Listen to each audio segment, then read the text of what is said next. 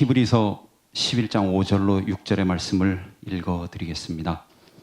신약성경 히브리서 11장 5절로 6절입니다.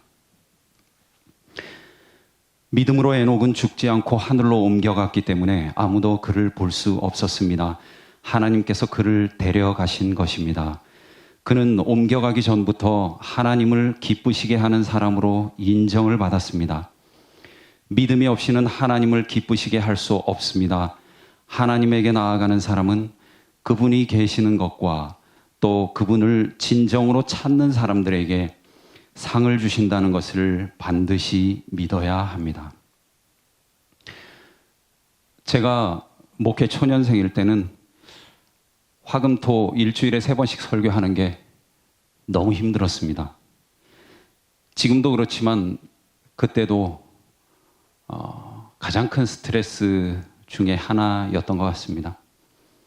그래서 저는 그때 남의 설교집을 참 많이 봤어요. 유명한 설교자들 많잖아요. 그리고 많이 베꼈습니다. 여기서도 조금, 저기서도 조금 아주 성서적으로 베꼈습니다. 그러다가 준비가 안 됐을 때는 인터넷에서 조금 덜 유명한 목사님 설교를 찾아가지고 통째로 베껴서 설교를 한 적도 있습니다. 그런데도 글쎄 모르겠어요. 지금처럼 이 유튜브가 발달하면은 금세 알아차릴 텐데, 지난주에 어디 장로교회 무슨 목사님 설교인데? 이러면서. 그때만 해도 그런 게 없으니까 천만다행이었죠. 우리 착한 교우님들이 설교를 잘 듣고 나가면서 그래요. 목사님, 오늘 설교 은혜 많이 받았습니다 하면서 따뜻하게 손잡아주고 가시면 그렇게 마음이 안 좋더라고요. 통째로 베낀 설교인데. 그런 식으로 설교를 아무렇지 않게 하는 게 어느 순간 너무 공허해져 가지고 목회를 그만뒀습니다. 그리고서 사회생활을 하고 있었죠. 근데 1년에 한 번씩 꼭 금요일 저녁에 이상한 순간이 있었어요. 그때 이제 주중에는 일하고 또 거기도 이제 안교장 찾기가 너무 어려워서 제가 이제 전직 목사라고 하니까 이제 거절은 못하겠지 싶어가지고 이제 안교장을 덜컥 시켜서 안교장하고 이제 금요일 날 찬양대 하고 또 교과 교사회 인도하고 그러면 한 11시쯤 되잖아요. 그럼 이제 집에 가서 1년에 한 번씩 무슨 이상하게 그런 날이 있었어요. 갑자기 제가 이렇게 그 성경을 꺼내고 종이 하나를 꺼내가지고 남의 설교 베끼던 저였는데 그냥 막 설교문을 적기 시작했어요. 그러면 한 2시간 정도 하면은 설교문이 완성이 돼요.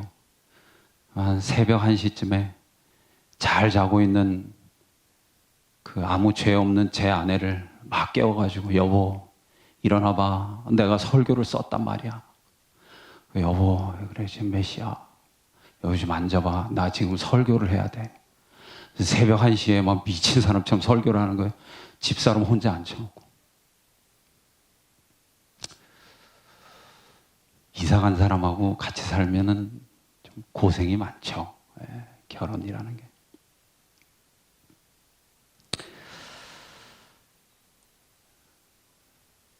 왜 그랬는지 모르겠어요. 누가 시킨 것도 아니고 그 다음날 아침에 설교를 해야 되는 것도 아닌데. 그때 쓴 설교문 중에 하나가 제가 2주일 전에 설교했던 구속을 통한 구속이라는 제목의 설교였습니다. 그런 식으로 제가 평신도일 때 쓴 설교의 주제들이 신기하게도 모두 아버지 하나님의 사랑에 관한 것이었습니다. 아버지가 많이 그리웠었나 봐요, 제가. 부조와 선지자에 보면 에녹은 세상의 타락을 보면서 하나님과 가까워졌다 그래요. 특히 아들을 낳고 나서 부모 자식 간의 관계를 직접 경험하면서 하나님과 더욱 가까워졌다고 합니다.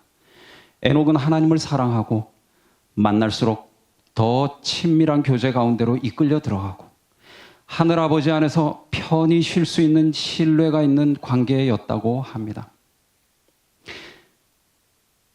그렇다면 에녹은 하나님의 아주 가까운 친구였다고 말할 수 있을 겁니다. 그래서 출애굽기 33장 11절에 보면 하나님이 모세와 얼굴을 보고 대화하는 것이 꼭 친구들끼리 이야기하는 것 같았다. 이렇게 성경은 기록하고 있습니다. 모세도 보통 사람 아니지만 우리 하나님도 보통 신은 아닌 것 같아요. 여러분은 하나님과 대화를 어떤 식으로 하고 있습니까? 하나님을 어떤 방식으로 만나고 계세요? 하나님은 여러분에게 어떤 존재입니까? 저는 호칭에 따라 관계를 세 부류 정도로 생각하고 있습니다.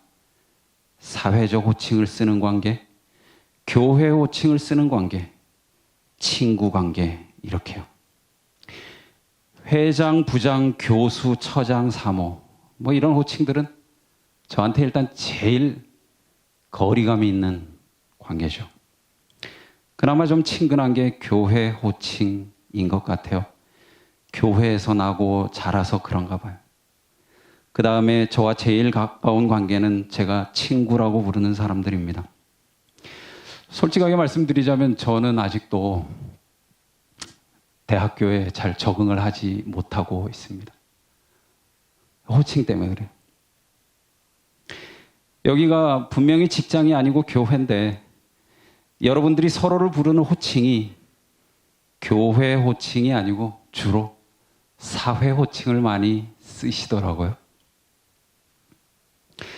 그래서 저는 왠지 교회에 오는 게 회사에 출근하는 느낌이 강해 들어서 좀 어렵습니다.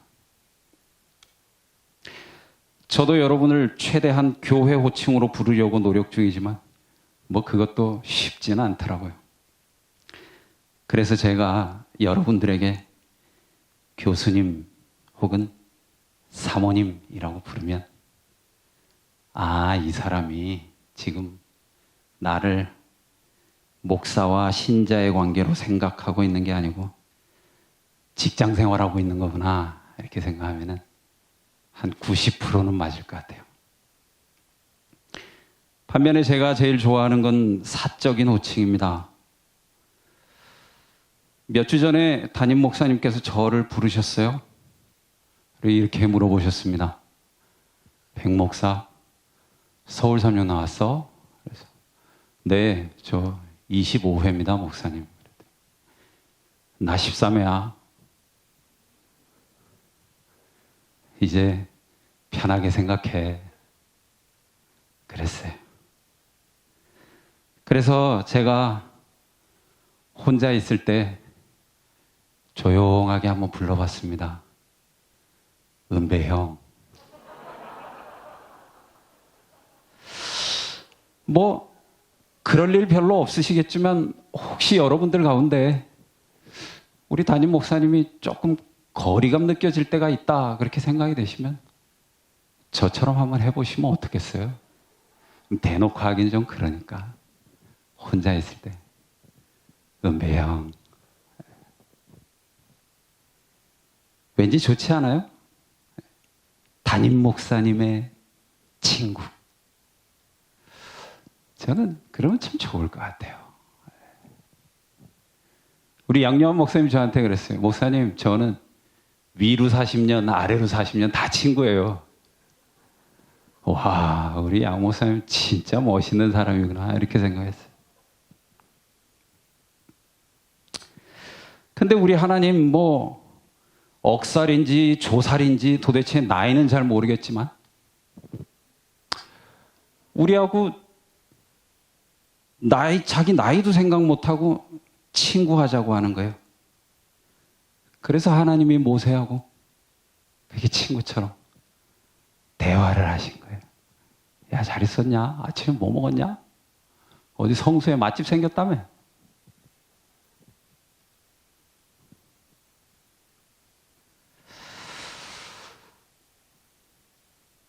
그래서 예수님도 우리의 형제이고 친구라고 했어요. 예수 형, 예수 오빠. 참 좋지 않습니까? 예수님이 이 호칭을 얼마나 바보같이 좋아하셨냐면요. 유다가 자기 팔로 왔잖아요. 근데 예수님이 유다를 뭐라고 불렀어요? 친구라고 불렀어요. 아주 바보 같은 분이에요. 왜 그러는지 모르겠어요. 하나님이 인간을 창조하셨는데 아담과 하와는 벌거벗고 있었죠. 그래도 전혀 부끄러움을 느끼지 않았다고 성경은 기록하고 있습니다. 친밀한 관계란 그런 것이겠죠. 자신의 모든 것이 드러나도 아무렇지 않은 관계 말입니다. 그건 상대를 향해 무한히 열린 관계인 거죠. 그런데 아담과 하와가 죄를 짓고 가장 먼저 한 일은 무화과 잎사귀로 자기를 가리는 일이었습니다. 우리가 일상에서 습관적으로 하는 일이 그런 것이잖아요. 직책으로 가리고, 학력으로 가리고, 자신의 성취로 가리고, 자신의 소유로 가리고, 심지어 교회에 올 때도 이런 걸로 겹겹이 싸서 오지 않습니까? 뭐 거기까지는 누구나 그렇게 하니까. 뭐 심지어 저도 그렇게 하니까. 뭐라고 하기도 좀 어려워요. 그런데 문제는 그 다음입니다. 그렇게 포장한 자기 자신이, 아니면 포장된 자기 자신이 진짜 나라고 믿을 때, 그때 문제가 발생하는 겁니다. 어떤 분은 이렇게 얘기해요. 내가 목사가 되지 않았으면 신앙을 하지도 않았을 거라면서 목사 되길 참 잘했다 그래요. 그 말은 글쎄 선뜻 동의하기가 좀 어려웠습니다. 왜냐하면 저는 목사이기 때문에 신앙을 좀 제대로 하기가 더 어려운 것 같아요. 사실은 우리가 무언가를 할 때 하나님을 사랑해서 하고, 신앙은 자원하는 마음으로 하는 거니까 우러나와서 하고, 정말 기쁜 마음으로 하고, 그렇게 해야 되는 거잖아요. 근데 목사라서 하는 경우가 대부분이니까 불행한 거예요. 남의 시선 때문에 그렇게 하니까 이게 힘든 겁니다. 그런데 더 불행한 건 뭐냐? 그런 게 진짜 자기 자신인 줄 착각하는 거예요.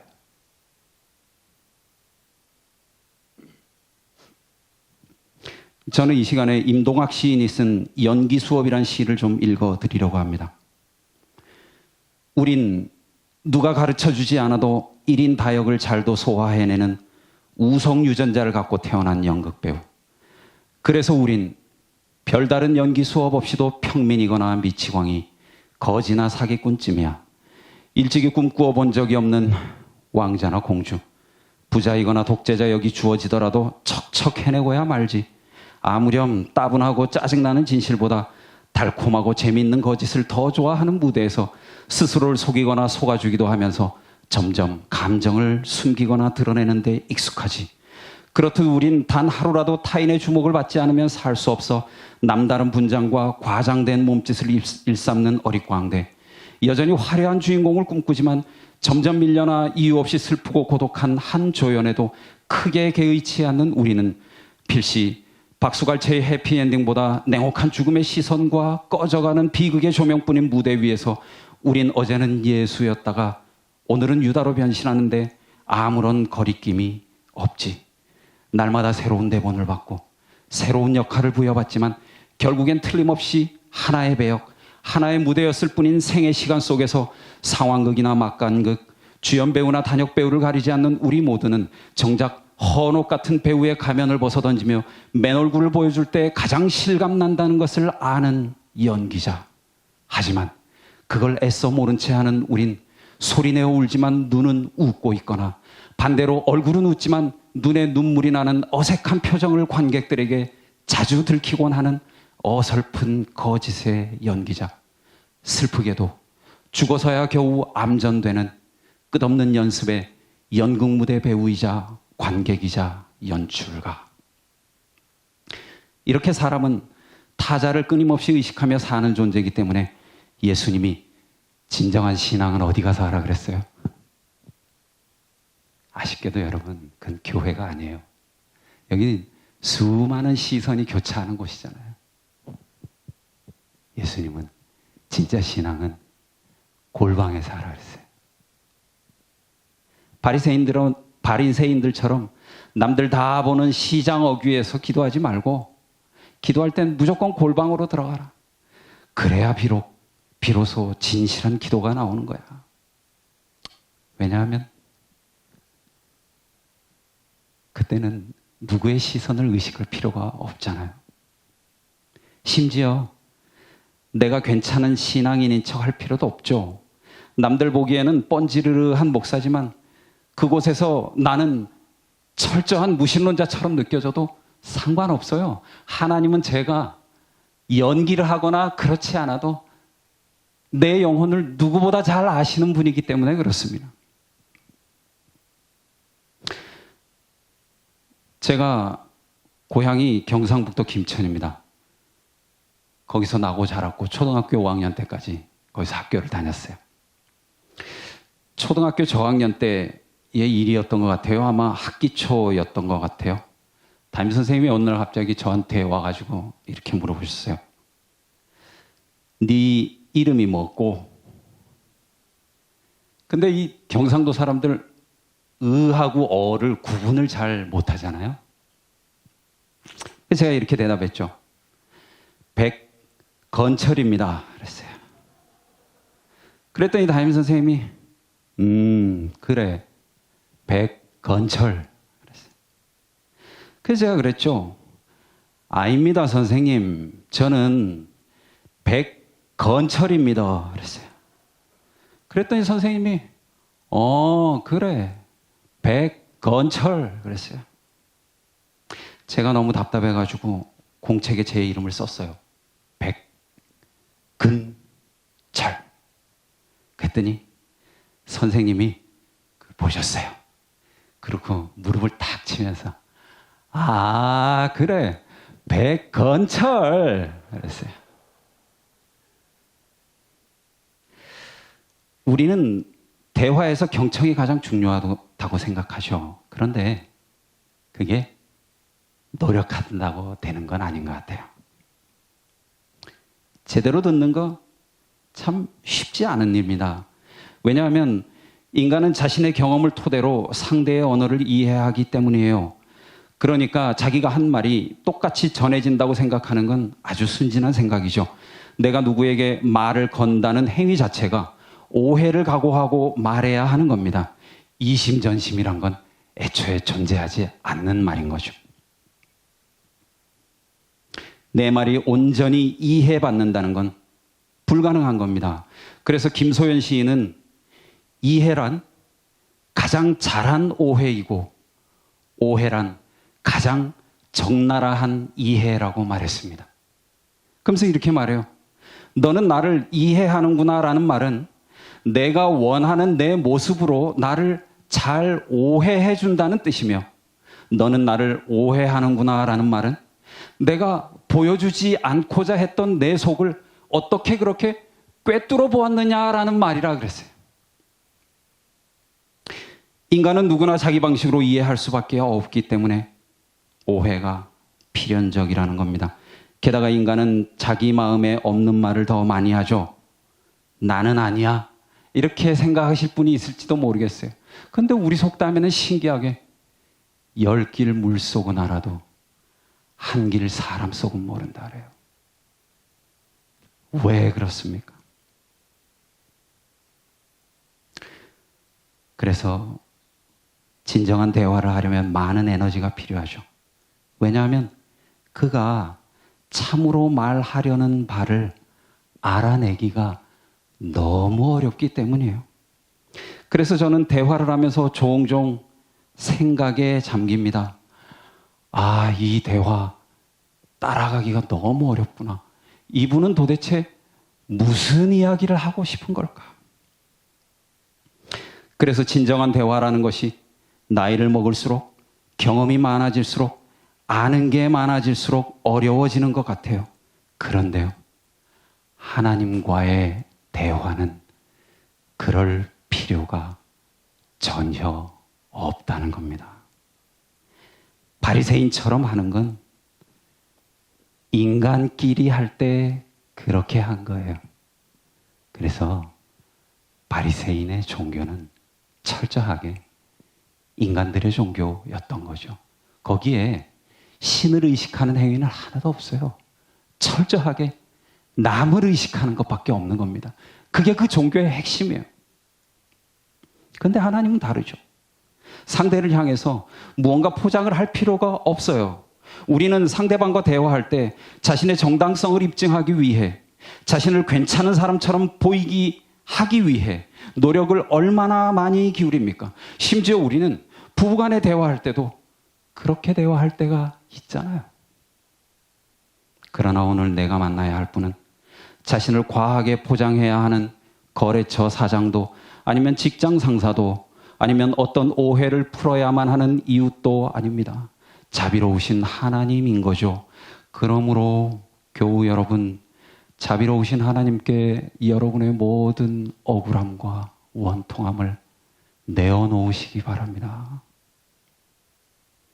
그리고 하나님께 구하세요. 시편 39편 7절의 말씀처럼 여호와여, 이제 내가 무엇을 바라겠습니까? 나의 희망은 오직 주께 있습니다 라고 기도하십시오. 에녹의 완전함은 자신의 불완전함에 대한 깊은 자각에서 시작된 것입니다. 그리고 그러한 자각과 성찰은 하나님과의 만남을 지속할수록 더욱 깊어졌습니다. 부조와 선지자 한 구절 읽어드리겠습니다.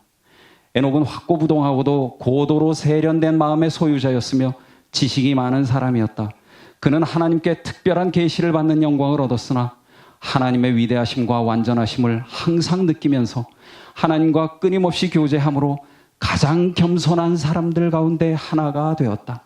하나님과의 연결이 긴밀하게 되면 될수록 자신의 연약함과 불완전함을 더욱더 깊이 느꼈다. 에녹은 하나님과의 연결이 아주 긴밀해지면 긴밀해질수록 자신의 불완전함과 연약함을 더욱더 깊이 느꼈다고 했습니다. 불완전한 완전이죠. 하나님과 가까워질수록 자신의 불완전함을 더욱 깊이 느꼈다는 겁니다. 그러므로 자신의 부족을 깨닫지 못하는 사람은 신앙을 제대로 하고 있는 것이 아니죠. 오히려 하나님과 가까이 가면 갈수록 오호라 나는 곤고한 사람이로다 라고 절규하게 되는 겁니다.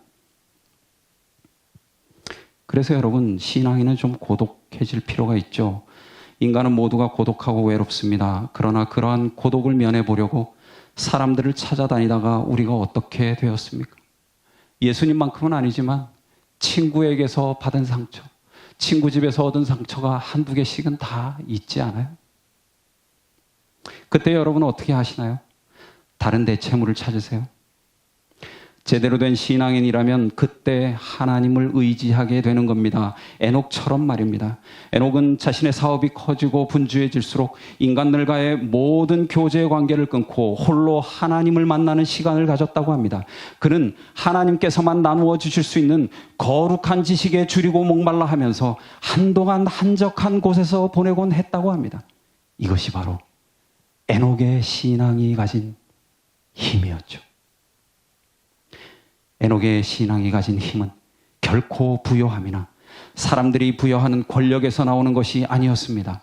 한적한 곳에서 하나님과 깊은 교제를 나누는 가운데 자라난 것입니다. 지난주에 저는 설교문을 쓰다가 오랜만에 신계훈 목사님의 유언을 다시 읽었습니다.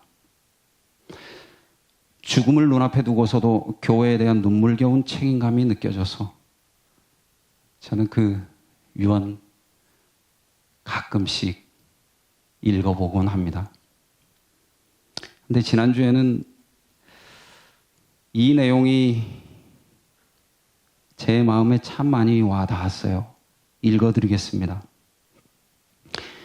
여보, 우리가 결혼한 지 어언 31년이 되었구려. 말로는 31년을 살았다고 하지만 당신과 지낸 시간이 실로 얼마나 되는지. 며칠 전에 당신이 말했소. 지난 1년 로마린다에 와서 보낸 시간이 제일 행복한 시간이었다고. 바쁜 시간들 틈에 들로 산으로 골짜기로 거닐면서 신혼 때 못다한 말들을 나누던 때가 좋았다고. 얼마나 주변 없는 남편이었으면 눈 떠서 잘 때까지 수치료에 안마에 까다로운 음식 준비에 바빴던 1년이 제일 행복했을까 생각하며 흠칫 자신을 돌아보았어. 그러고 보니 결혼해서 지금까지 31년 동안 휴가 한번 가져보지 못했어. 아니죠. 휴가는커녕 남들이 흔히 한다는 외식 한번 가족들과 함께 가져보지 못한 남편이었어.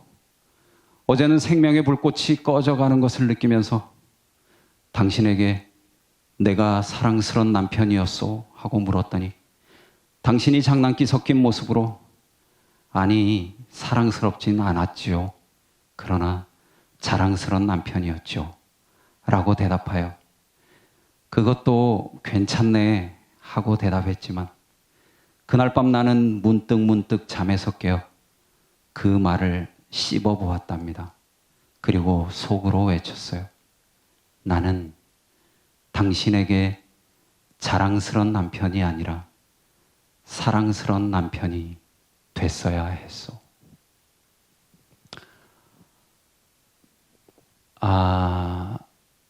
새벽에 이거 읽다가 혼자 울었습니다. 너무 좋아서. 그리고 제게는 이렇게 아름다운 사랑 이야기가 신계원 목사님이 저에게 해주시는 아주 간절하고도 개인적인 설교로 들렸습니다. 우리는 살아가면서 자꾸 자랑스러운 이름 한번 가져보려고 힘들게 살죠.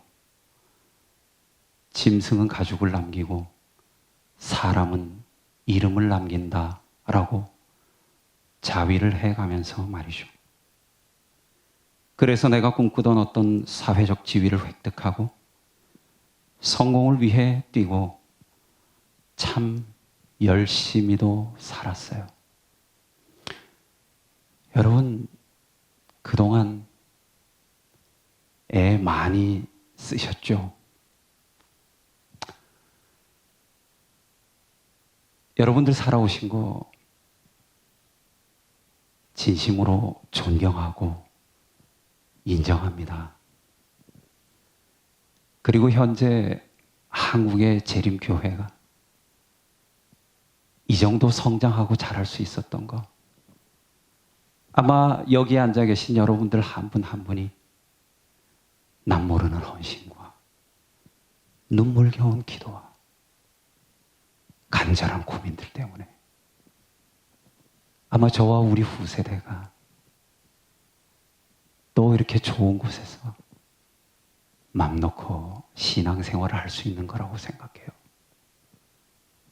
감사합니다, 여러분. 그런데 말이에요. 혹시 내 신앙도 우리가 사회생활할 때 그랬던 것처럼 여기서 여전히 그렇게 해야만 한다고 생각하세요? 신앙도 뭔가 소유하고 획득하고 쟁취해야만 하는 거라고. 그리고 어떤 자랑스러운 일을 해야만 떳떳하고 주님 앞에 나올 수 있다고 믿으세요? 그건 아니에요, 여러분. 슬프지만 그건 아닙니다. 하나님이 우리에게 원하시는 게 그건 아니에요. 그건 정말 아닙니다. 자랑이 나름의 의미는 있을 겁니다. 그러나 성경은 잘라 말하죠. 그건 이생의 자랑일 뿐이라고 말입니다. 왜냐하면 우리가 천국 가면 자랑할 게 딱 하나밖에 없어요. 예수 때문에 자랑하는 겁니다. 예수밖에 없어요. 예수님입니다. 그분의 십자가예요. 내 인생에서 내가 유일하게 말할 수 있는 거라면, 내가 확신 있게 아주 담대하게 말할 수 있는 거라면 뭐가 있습니까? 내 삶에서 말입니다. 내 자랑, 유일하게 예수 그리스도 아닙니까? 그래서 에녹은 이 땅에 거할 때도 그렇게 산 거예요. 사회적으로 그는 내놓을 게 전혀 없어요. 노아처럼 방주를 지은 것도 아니고, 솔로몬처럼 성전을 지은 것도 아니고, 아브라함처럼 삶의 위대한 결단을 한 것도 아닙니다. 심지어 저는 히브리 11장에 에녹의 이름이 거기 왜 들어갔는지도 잘 모르겠어요. 그런데 그는 살아서 하늘로 간 사람입니다. 왜냐? 그에게 하나님은 그의 삶의 일부가 아니고 전부였어요. 하나님을 떼놓고는 그의 인생을 설명할 수 없는 사람이었단 말입니다. 에녹의 삶은 그랬어요. 그는 땅에 발을 딛고 살았지만 천국의 공기를 마시고 산 사람이에요. 그래서 부조와 선지자는 에녹에 대해 이렇게 평가하고 있습니다. 그 세대 사람들은 금은 보석을 모으거나 이 땅에서 소유물을 축적하는 데 관심을 두지 않는 에녹의 어리석음을 조롱하였다. 그러나 에녹의 마음은 영원한 보화에 있었다. 그는 하늘도성을 바라보았다. 그는 시온 가운데서 영광 중에 계신 왕을 바라보았다. 그의 생각과 마음은 하늘에 있었으며 그의 대화는 하늘에 관한 것이었다. 이 세상의 사악함이 많으면 많을수록 하나님의 집을 사모하는 그의 마음은 더욱 열렬하였다. 지상에 살면서도 에녹은 믿음으로 빛의 영역에서 살았다. 지상에 살면서도 에녹은 믿음으로 빛의 영역에서 살았다. 여러분, 우리